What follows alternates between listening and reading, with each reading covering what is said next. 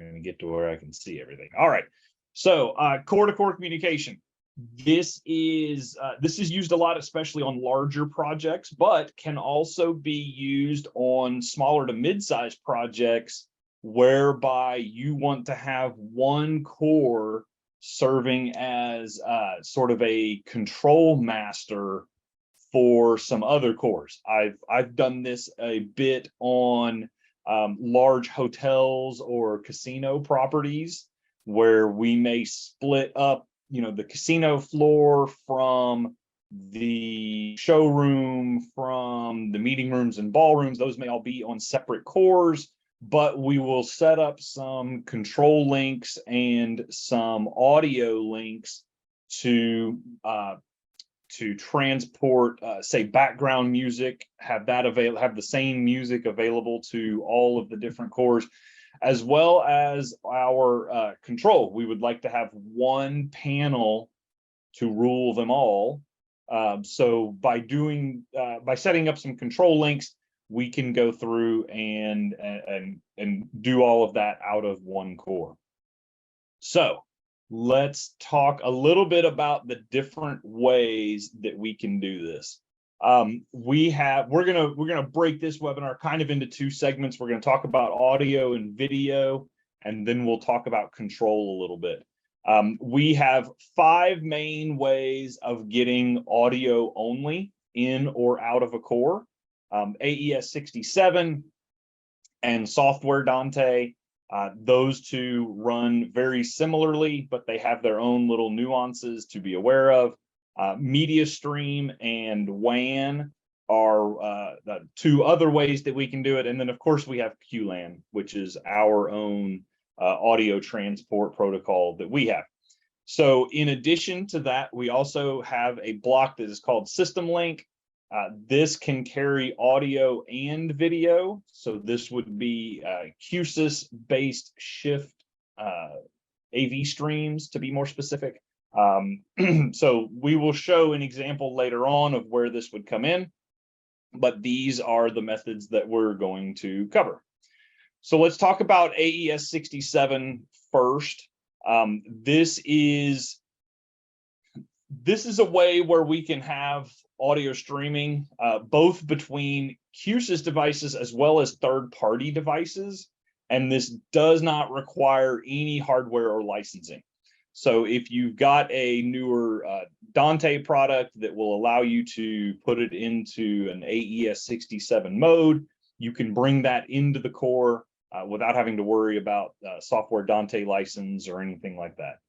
So when it comes to AES67, typically this is a multicast protocol, but it certainly can be put into unicast. If you're dealing with a third-party product, depending on the hardware compatibility of that product, will determine whether or not it will support multicast or unicast. So the other thing to remember is that AES67 is a clocked audio transport.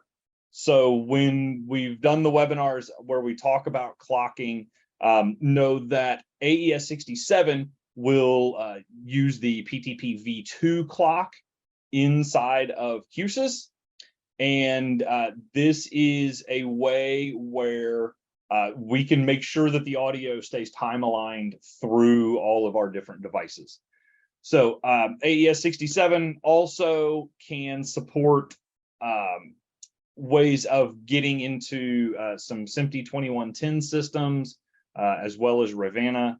So these are just some of the ways that we would use AES67 inside of our Q-SYS. All right. Trent, you and Greg jump in if there's something I miss or misspeak. Otherwise, just enjoy your coffee and listen to me ramble for 40 minutes like the rest of these people. Okay, so media stream. This one is, it can be compressed or uncompressed. This is a device that we use for traversing different networks. So it can be mono, it can be stereo, it can be multi-channel.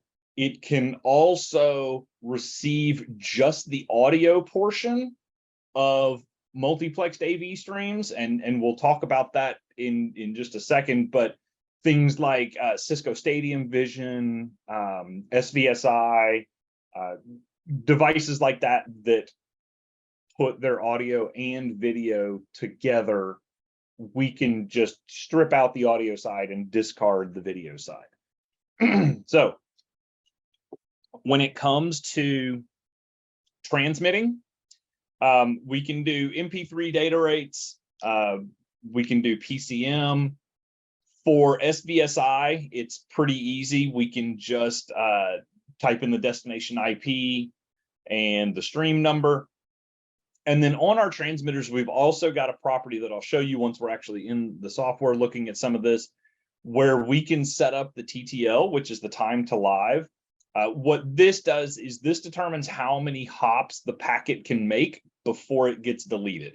The default TTL for multicast is typically 1, which means it'll just go to only the other host on a local network before it gets deleted. So if you need for it to traverse multiple network hops in order to get somewhere that's off your local network, you go in and change the TTL, and that's a way where you can make sure that it doesn't die out ahead of time.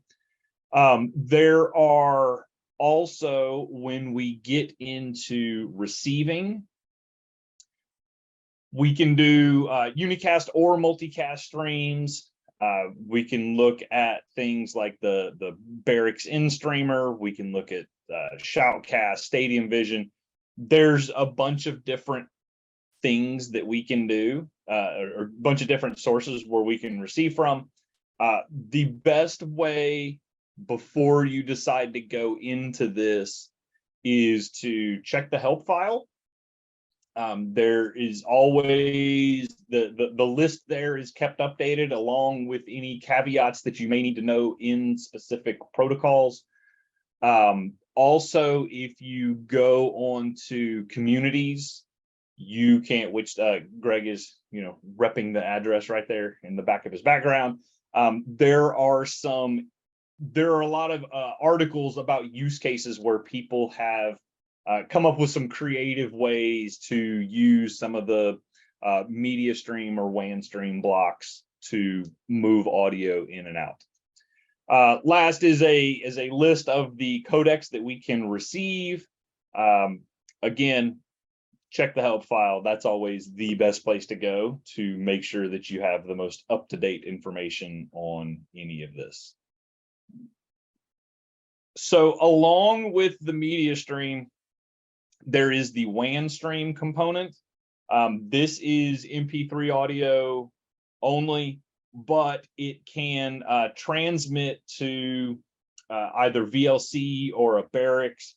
We get asked a lot, how can we send our audio into some sort of a program? The WAN stream block is typically what's used.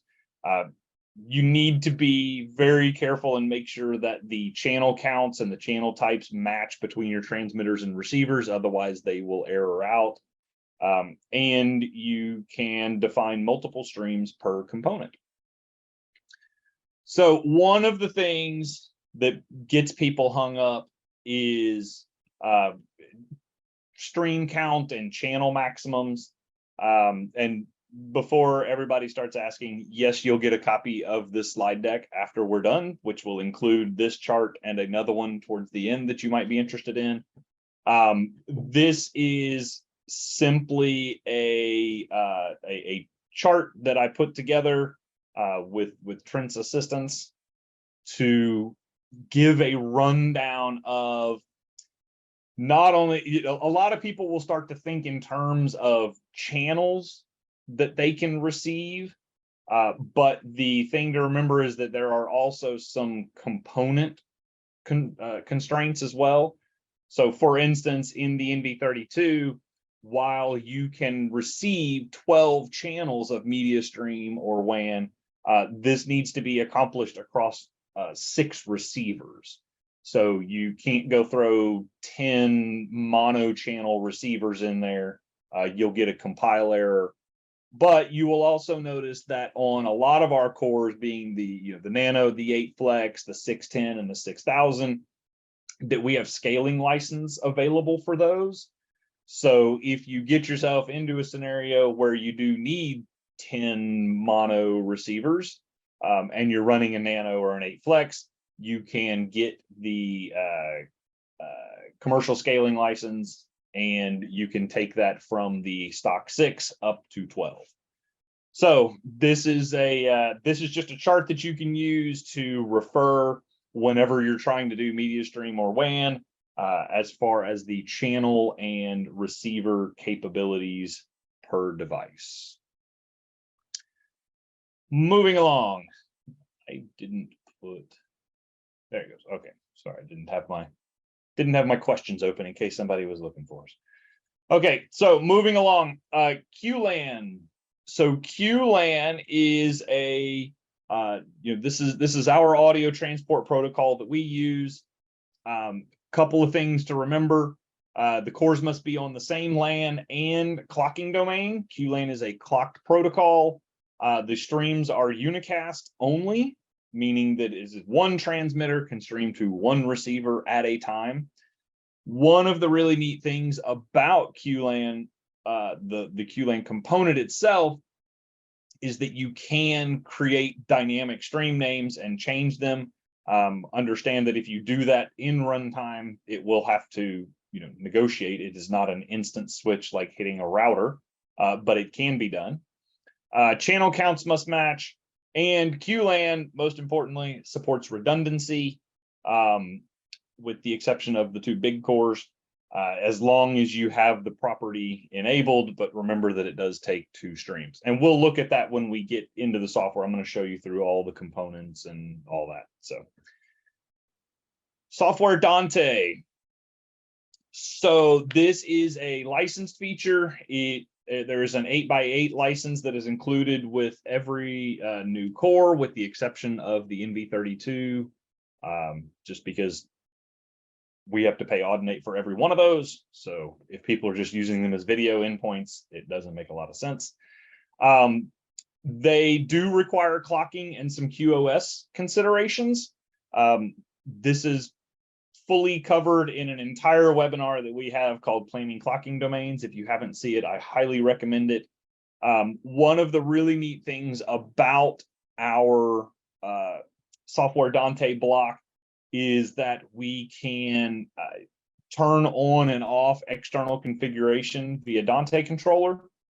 So if you're working as part of a much larger Dante network and you want to have Dante controller be the manager for all of that, you can turn on external configuration. You can go into Dante controller, hit your little check boxes, and move on. If you want to have control of your Dante routing inside Q-SYS, you can turn external configuration off, at which point you can do your routing from inside the actual Q-SYS software. This can be unicast or multicast. It all just comes down to how you have it set up. If you're 1-to-1, it will be unicast. If you are 1-to-many, it will be multicast. You can also create your flows as unicast or multicast. So speaking of flows, one of the things to remember on this is that Dante runs on what are called flows as well as channels. So every component that you bring into Designer will consume at base 1 flow.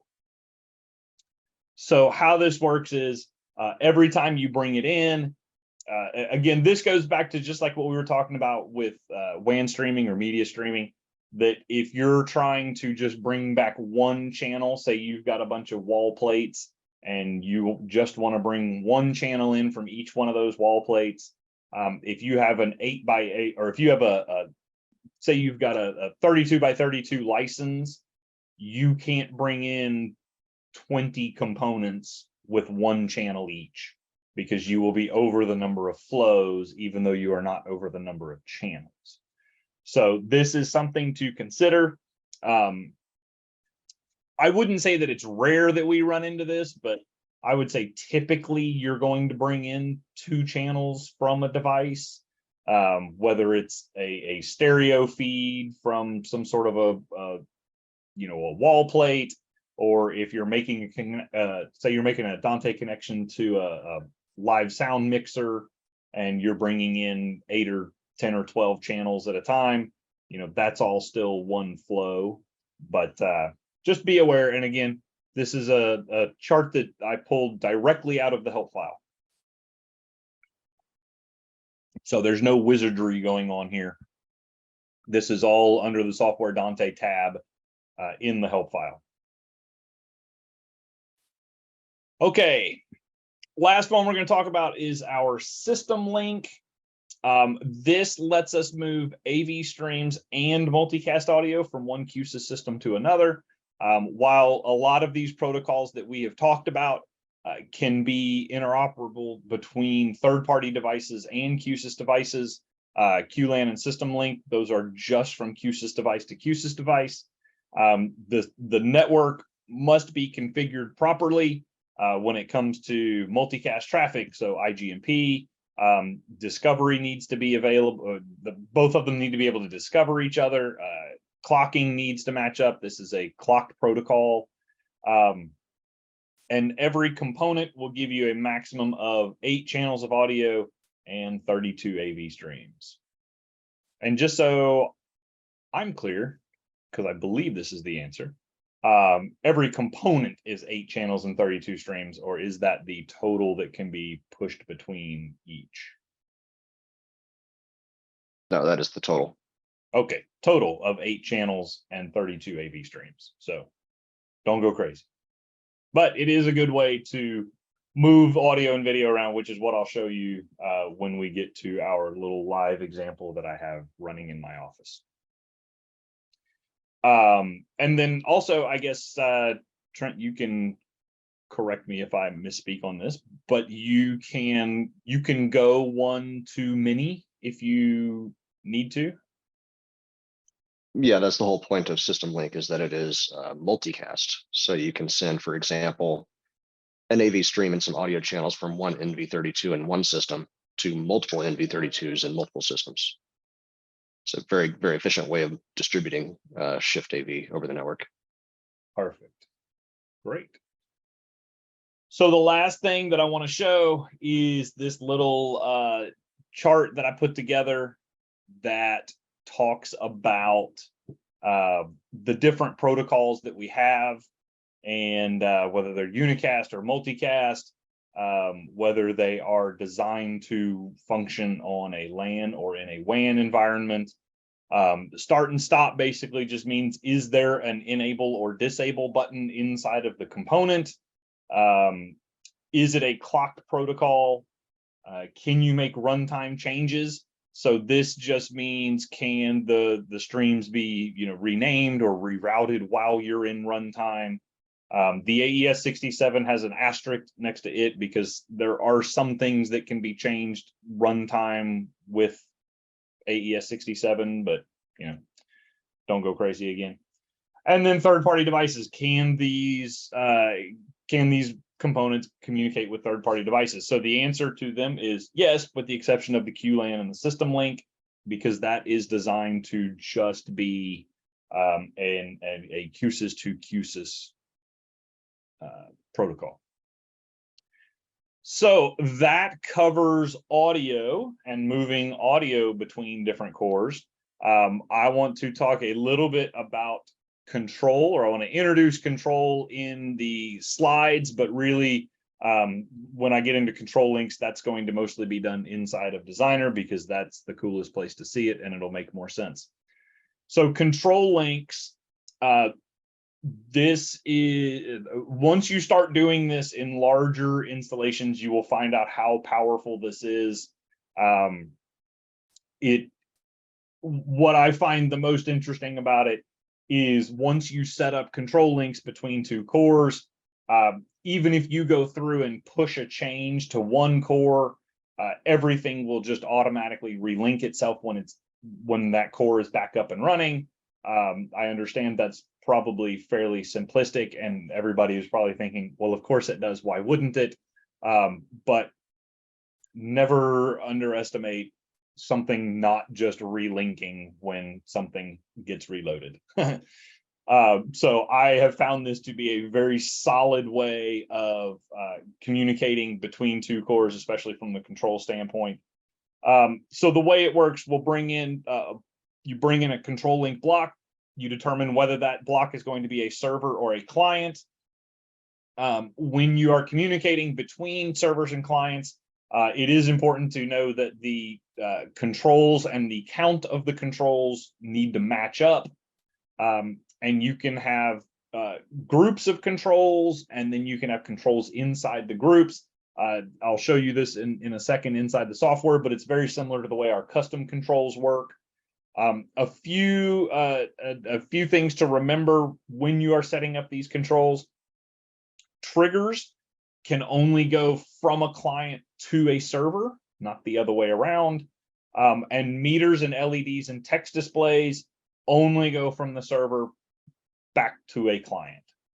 So this is not to say that if you have two cores, you can't move meters back and forth between two of them. You just have to be intentional on which blocks you have set up in which core, so that you can move audio back and forth between the two.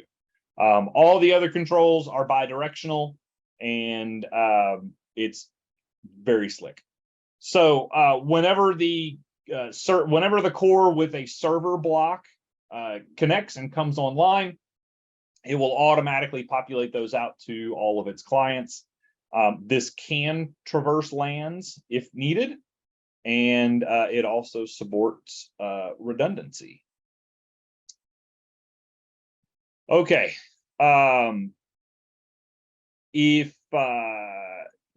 Great. Do you want to cover just very briefly how you can get control links to traverse? Because I know that there's something that if you use manual IPs, you can traverse subnets. Yes, and thanks for putting me on the spot. You're welcome. I need to remind myself how that functions. But yes, that is actually one of the nice features about this. I see Trent going to unmute himself. Maybe he knows a more clear answer off the top of his head.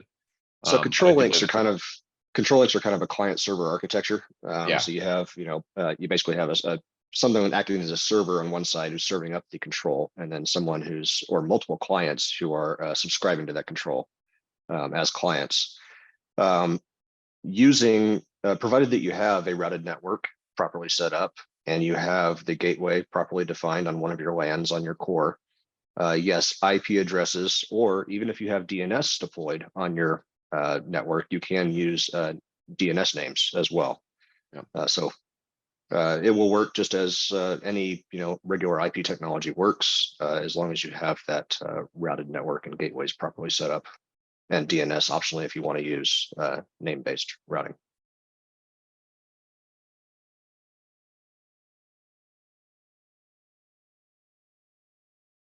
And did I manage to get the client to server thing for the triggers and the meters backwards? I think I did. Text displays are only. Meters go from. No, you're. See, somebody asked me the question and now I'm questioning myself. Yeah, no, that's right. Yeah. I was going to say on the meter side, it's absolutely right. Same, and yeah, actually, it would be the same thing on trigger. So yeah, what you have up on the slide is correct. Yeah, it feels backwards when you look at the blocks because of where the pins are, but the way the data is actually flowing corresponds with this slide. I remember going over this at one point in my life because it confused me as well. But no, this is correct. You have if you've got a meter, it goes into a server and comes out of a client, and the trigger goes the other way around. The trigger goes into a client and comes out of a server. Yeah. So Yeah, and then the other question about automating the process of connecting the ins and out pins of a control link. So depending on how you actually intend that, some of this already is automated. That is partially also one of the reasons why like the same number of controls need to be exposed in either, because between cores, that connection that is automated through the control link side of things. If you're talking about automating the layout of the pins inside of your component and what they are wired to, no, there really isn't. I mean, you can do a lot of the other like efficiency, copy and paste and stuff like that that we do, and now search and replace as well, to lay those pins out quickly. But that's the only automatic side of things is managing the connection between cores. Okay, so we're going to, I'm gonna back out of the PowerPoint. Maybe. Oh, yep, there we go. Okay, got that part right.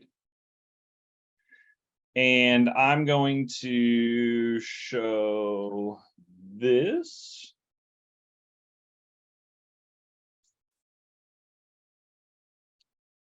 Perfect. Okay, so this is a little kind of sandbox that I put together just to go through these blocks a little bit. So these are our AES 67 blocks. You'll notice that in the properties here, you get some of the same things like name and location and whatnot. The connection mode for auto, manual, or RTSP, I believe the default is it will, RTSP if it can, and then it'll fall back if it needs to. But if you need to put it into a manual mode, you then can input all of this information directly into the block. Whereas if you don't need that, you can just leave it in auto, and then all you have to do is give it a stream name. Inside the block is actually where you will pick which interface this is assigned to, because we can run our clocked protocols out of LAN A and LAN B. And this is a way whereby you can invoke some of the clocking between different areas by bringing clocked sources in and out of LAN A and LAN B. But this is just the nuts and bolts of in and out of the AES 67 transmitter. In the receiver side, sorry, the transmitter side, you just tell it what the stream name is that you're going to be and the multicast address.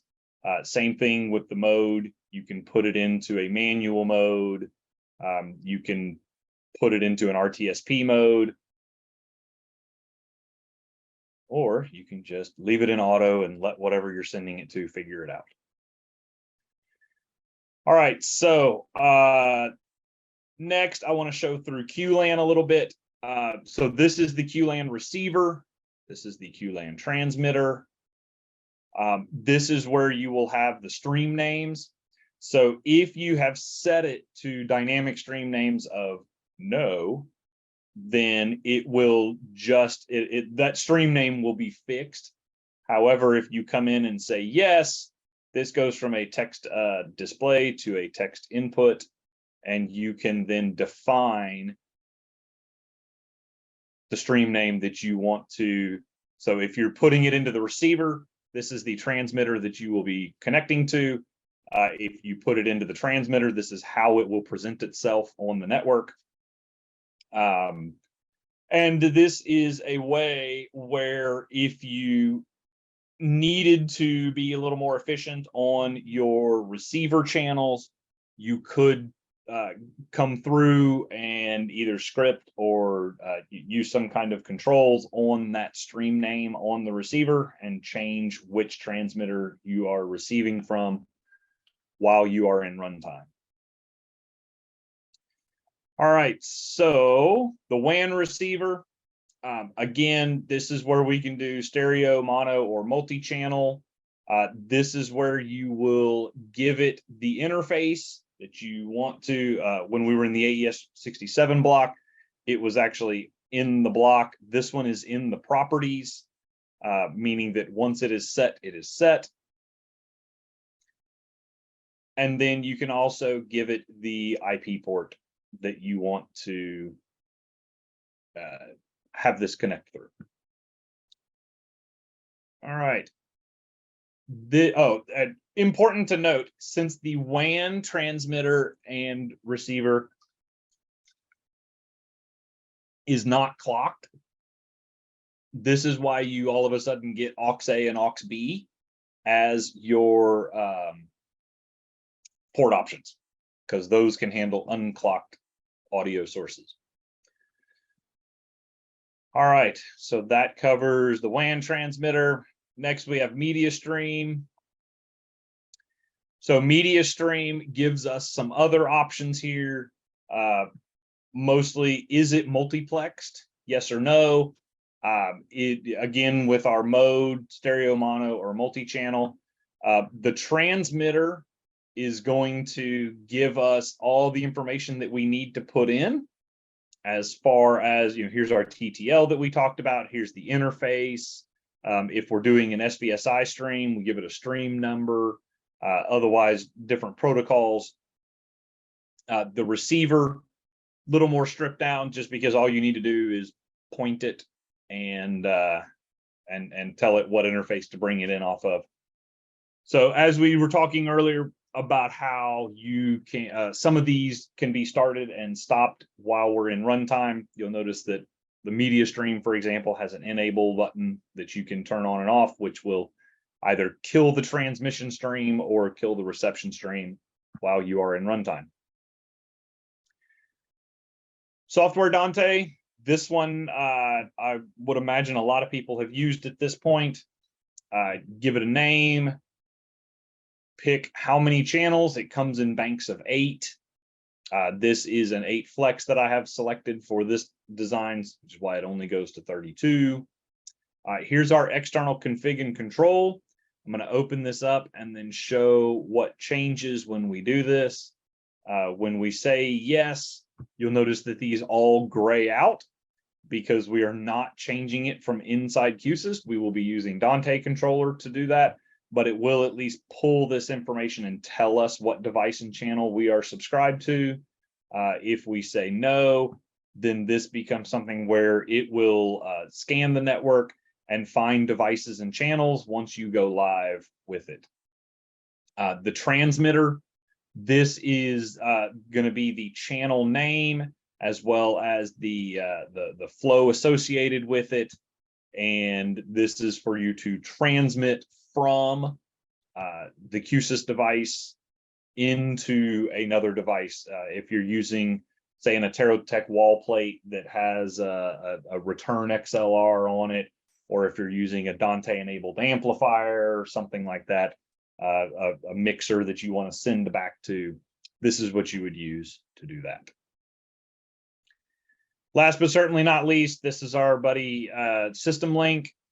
So again, this one has an option where you can change the source index. You'll find this on a couple of our different routers and a couple of different things. Basically, this just has to do with when you're scripting it, does the source count start at 0 or does it start at 1? Here's where we can set our audio channels. Tells you 8 is the maximum there, 32 is the maximum on our AV streams. And then are our stream names dynamic? This is where we can determine whether or not we can change these at runtime. If we say no, then this goes away. All righty. Now for the real fun. Control links. When you want to bring in a control link, because I don't remember where anything is in our components list and it keeps getting bigger and bigger, I'm going to come through and I'm under our control components. I'm going to grab a control link.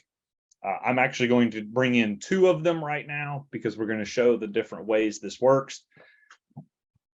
The first thing you'll notice that we create is a link name. So I'm just going to call this Core 1. You will notice this then populates underneath, and this shows us that this control link is a client right now. This is set over here under direction, client server. Now this is a server. Over here, we can call this one Core 2. This is now a client. And again, this is where we tell it, do we want to specify the server IP, or do we want to have that pull up, as well as do we want this to work on a redundant network? Now, once we have brought the block in, now we have to bring in the actual controls. Much like the way a custom control works, we come in and we get groups. So these are all the different things that we can put in a group. For instance, let's put an LED in, and then we can pick how many LEDs we want. So we can have 10 groups. Every group can have 256 in it. So if I want 3 momentary buttons, yada, yada, yada. So this all gets set up as a server. And then on our client side, we do the same thing. So we would say, I want 4 LEDs and I want 3 momentary buttons. And then we can tie those to controls inside our design. As we were talking about earlier, you will notice that the LED will only go from a server to a client. So meaning that it is coming into the server block and it will come out of a client block. But as we discussed earlier, if you really do need some to go a specific direction, you don't have to think about locking the individual core as a server or a client. I think that's where a lot of people get hemmed up on this is, oh, well, I'm going to have this one core and this is going to be my master one for all of my control. So I need to have all of these other ones be servers and then this one master one be the client that's receiving everything, or the other way around. The core is not the server or the client. The block, the component itself is the server or the client. So don't get in your own headspace when it comes to server client. It is just the block. That is all it has to do with. Okay, so the last thing I want to show is this little thing that I put together. I've got some little refreshers up here. This just talks a little bit about the streaming options as far as how system links work and control links. But what we've got here is a fairly typical scenario that we would see. So we've got an auditorium, and then we have an overflow room. Say this is some sort of a smaller room off to the side. Maybe this is a little black box theater or something like that. So what we have is we have our auditorium system has an NV32. It is an encoder. It's got a PC and a Blu-ray and some BYOD, fairly typical. It's got an HDMI for its auditorium display. Then we have an audio player in here. This is just to show us moving, some audio in and out. And then we're using the line output of our NV to feed our sound system in the auditorium. So the auditorium has its own gain up and down in here. But what we've done is in our overflow room, we have an NV21. It's got a room PC and some sort of BYOD connected to it. It's got a display hooked up to it.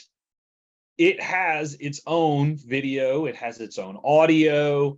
It has its own, volume control. We're just coming out of an 8 flex that we have in here. But what this setup allows us to do, it allows us to make the auditorium and the auditorium core, and more importantly, any UCIs that are running on the auditorium core, control not only the auditorium, but the overflow core as well, because these are on 2 totally separate cores. We have them separated. So what we're seeing in these areas is we have some system links. So we are taking from the auditorium, we're bringing in a feed of whatever audio is playing in the auditorium, as well as we have an AV stream router that we have tied into our encoder. So we can have these, we can have our switching here drive whatever's going on downstream as well. And we have control over our overflow room. So I can tell the overflow room to be on its local video. And you'll notice we don't have any audio coming from there anymore because there's nothing coming in from our local video. I can tell it to play its local audio player. Or I can tell it to be on the auditorium feed. Now, you'll also notice that we've got some other control links coming in here where if the auditorium feed is selected, so we're pulling this through, because we're controlling this router here, we know when we've got our auditorium feed, whenever we hit auditorium feed, it's taking our NV21, it's automatically routing it to this video that's coming in from our system link. It's also automatically doing our stereo router, but we've also got, I put in a separate gain block where I'm not actually running audio through it. I'm just using it through some control links. I'm using this gain is now linked to this gain. So even if in the overflow room, somebody decides to turn it up, we see that back in our auditorium. And when we're in auditorium master mode, if you will, we can also use these controls, which would be on our auditorium UCI, to turn the auditorium down. So this doesn't just have to be buttons. You'll notice that one of the things we can bring in is actually status. So I have the status of the core and the NV21 from the overflow room coming back to our auditorium. Again, now we can put a UI together on that auditorium core that will control not only the auditorium, but also the overflow room as well. And you could get creative to where only if the overflow room is playing the auditorium, does that layer show up on a UI? You can do all your typical UI tips and tricks at that point. But the point being here is that we've got these two rooms and we can take, we can have our controls be bi-directional, because we talked about that earlier, where it doesn't matter if I turn this up or down from here, or if I turn it up or down from here, these are now intrinsically linked through these control links. But we can also pull information, like we can pull these meters. These are actually our 2 meters from our output. You can see where we've exposed those pins and we're running those through the control link through our meter slot. So this is what we can do. This is just a very simple example of how we can use control links and system links to move audio and video and control between 2 cores. All right, that pretty much ends what I have to show. Greg or Trent, anything that you would like to add? You certainly don't have to. I just to give you the opportunity. No, I mean, for the most part, I don't have anything to add. I think the content of this presentation is fantastic because I don't think a single week goes by where people aren't asking about one or more of these features. On various social media sites and whatnot, I'm always seeing how do I send control strings from one thing to another. So this has been, I'm glad for this deep dive topic. Well, I like to find these little niche topics. I mean, honestly, I think that's what these deep dives are perfect for, is to find these funky little niche topics that we do see come up regularly. For those of us who spend time on the different areas where people can offer us feedback, or just dealing with dealers on a daily basis, like I do, you know, these are things that come up. I will say, and we were discussing this a little bit before we kicked off the webinar, the one thing that we kind of didn't cover is core to core as it relates to PA and paging. For those of you who have interest in that, just know that I have started putting together an entire deep dive that's going to just be over PA and paging. And we will cover the core to core component of that as well. Another question that we get a lot, I can see Trent is furiously typing an answer to this question, is incorporating core to core streaming of cameras on the roadmap.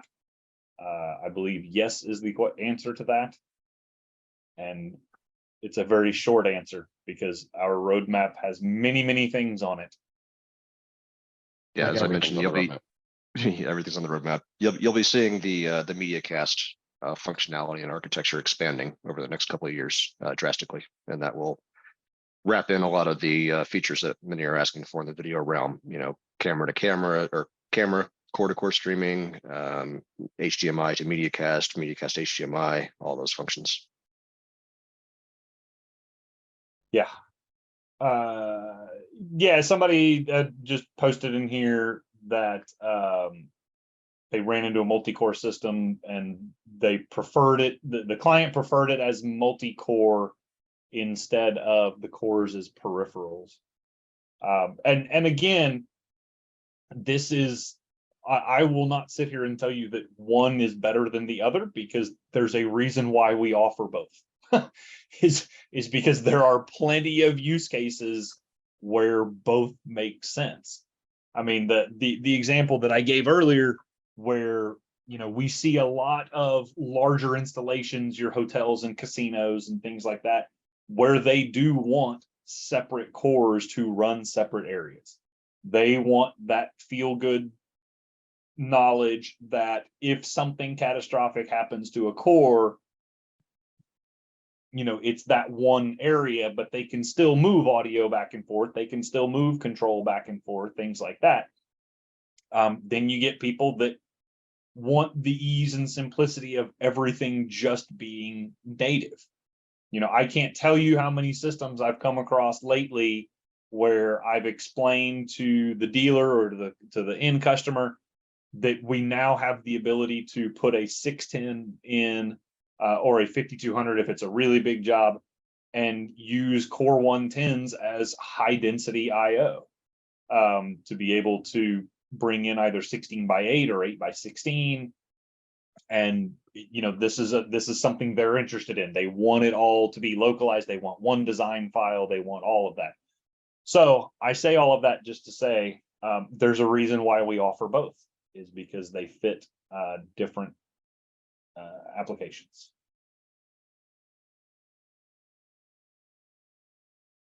All right. What's the best way to handle WAN streaming with redundant cores? Do I need 2 WAN streamers?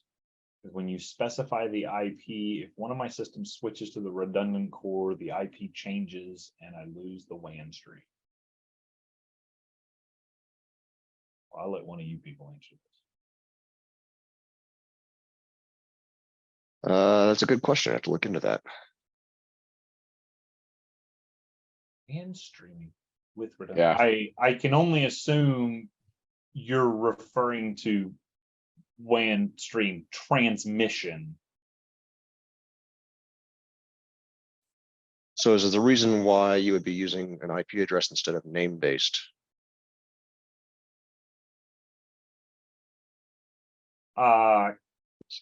Clifford, shoot me an email when we are done with this, and I will happily.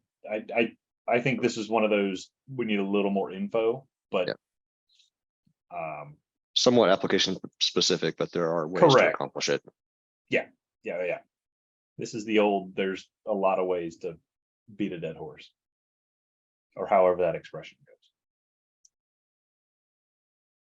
All right. Any other questions?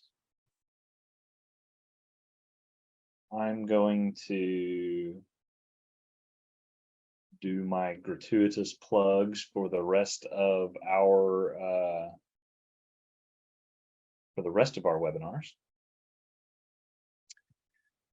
We will be off next week because all of the application engineers in the entire country will all be in one room.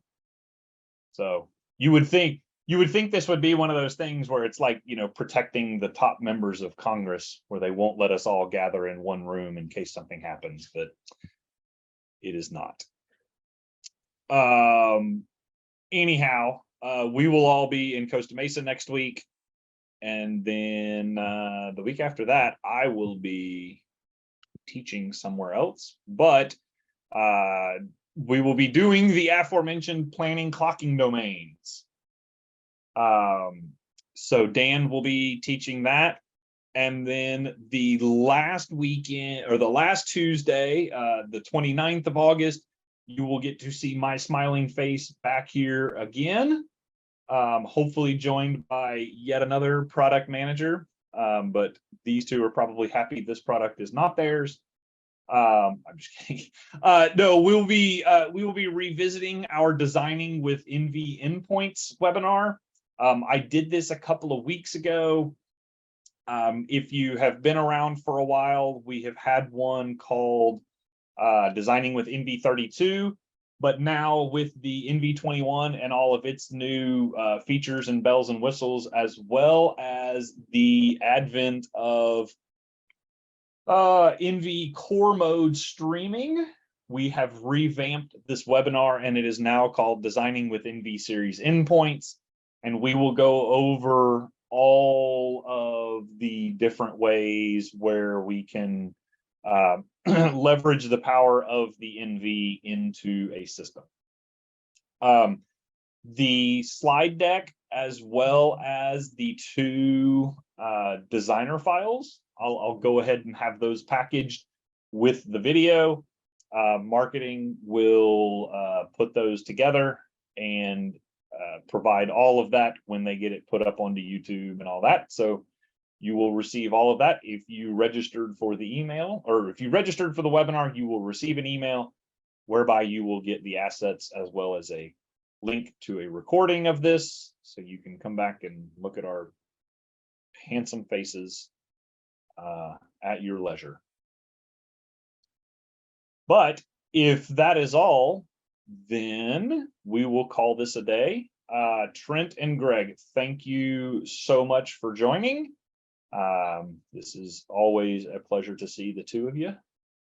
And we will redo this again. Sounds good. Thanks, Steve. Thanks all. Thanks, guys. Right. Have a great day. Bye-bye.